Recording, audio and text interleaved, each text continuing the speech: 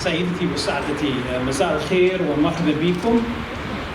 كل الشكر على تفضلكم بقبول دعوتنا وتعطيل التزاماتكم لتشريفنا بحضوركم والاحتفال معنا بعيد الوطني يوم 6 سبتمبر بدلا من يوم 4 جويلية.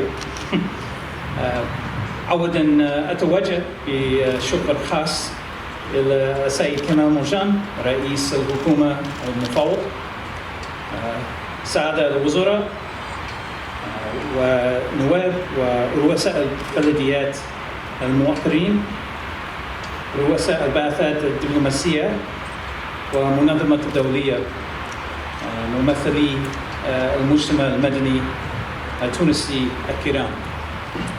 Ladies and gentlemen, good evening and welcome. Thank you for joining us. And thanks in particular for adjusting your schedules to allow us to host you on September 6th instead of on July 4th.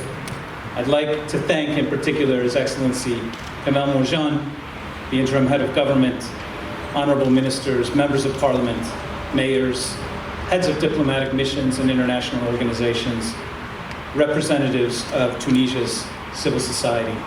I'd like to thank our sponsors for tonight's event, as well as our musicians, Hoyam Gatas, Night Call with Najat Unis, and Tunis 88.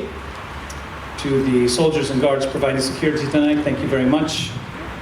This evening is a celebration of friendship between one of the world's oldest democracies and one of the youngest.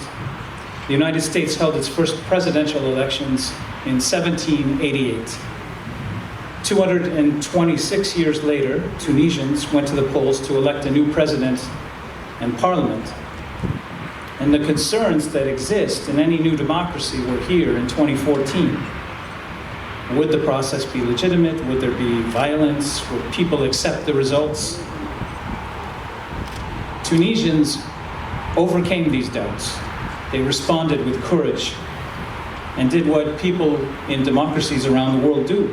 They made their voices heard with ink-stained fingers as proof. And Beji Khaled Essebsi, Laila Hamou, became Tunisia's president. His leadership and legacy as Tunisia's first democratically elected president will not be forgotten, and we honor him this evening. As we mourn President Essebsi, Tunisia's friends have watched with admiration as Tunisia quickly moved toward early elections guided by its constitution and its laws. Tunisia demonstrated that while this democracy may be young, it is strong.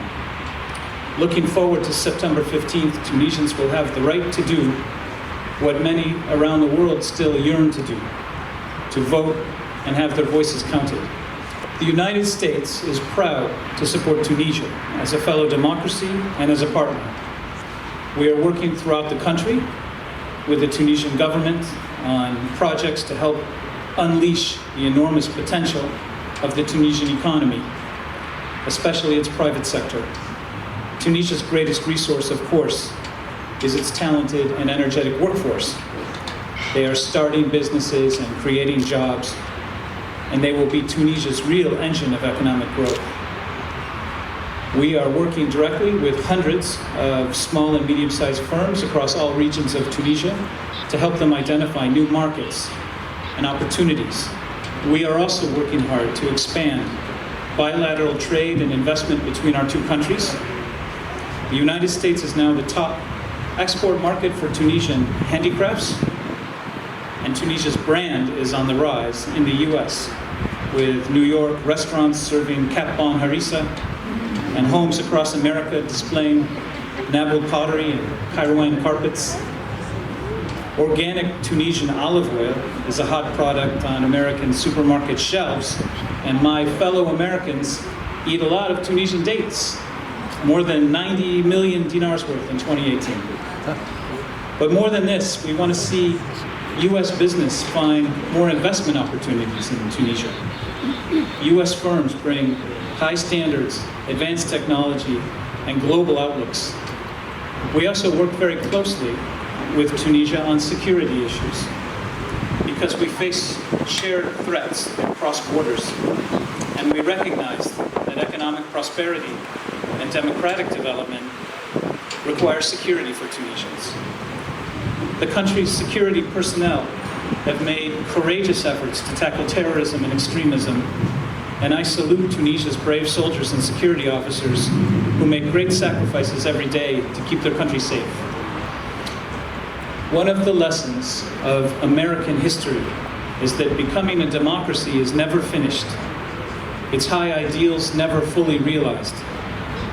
Instead, each generation in turn struggles to nurture and protect and improve their democracy, and then hands that leadership to the next.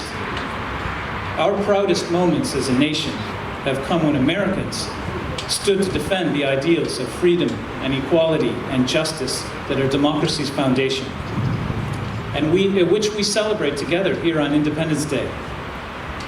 I believe Tunisians share these ideals, and for that reason, I am optimistic about Tunisia's future.